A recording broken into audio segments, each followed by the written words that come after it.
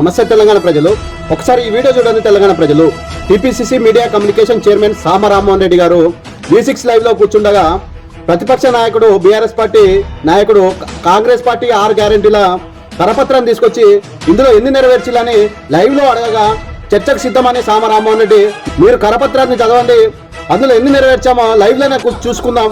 ఒకసారి ఈ వీడియో చూడండి తెలంగాణ ప్రజలు. మీరు ఇచ్చిన గ్యారంటీ కార్డులు ఇది ఇంటింటికి పెట్టిరు. ఇంటింటికి పెట్టి ఏం చెప్పిరు? ఈ 6 గ్యారంటీలు 100 రోజుల్లో అమలు కాకుండా ప్రశ్నించండి అని చెప్పిరు. ఒక్కొక్కటి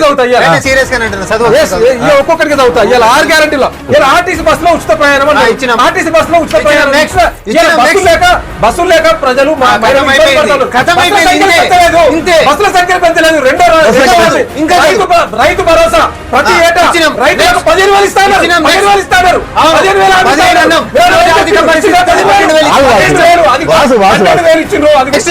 అదే విధంగా 12,000 వ్యవసాయకులకు ఇచ్చారు. ఇప్పటి వరకు ఎంత మందికి ఇచ్చారు?